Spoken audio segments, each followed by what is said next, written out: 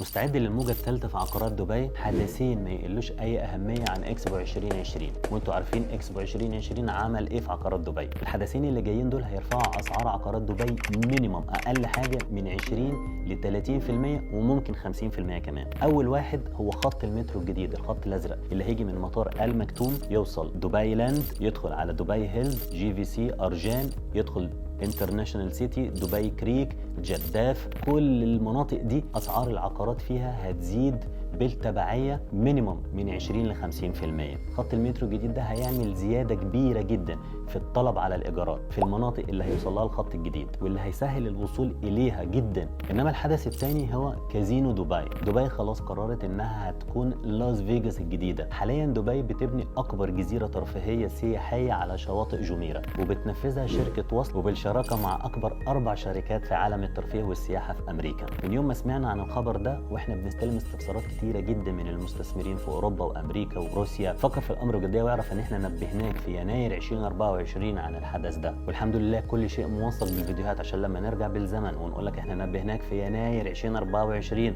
وتوقعنا الخير والارباح قبل ما يحصل عشان تعمل حسابك. اذا محتاج تلحق الموجه دي او محتاج اي مساعده في اختيار اي مشروع يفرق معاك في المستقبل، ما تترددش، اتصل بينا او ابعت لي على الواتساب او اكتب في الكومنتات واحنا هنرد عليك. شكرا، مع السلامه.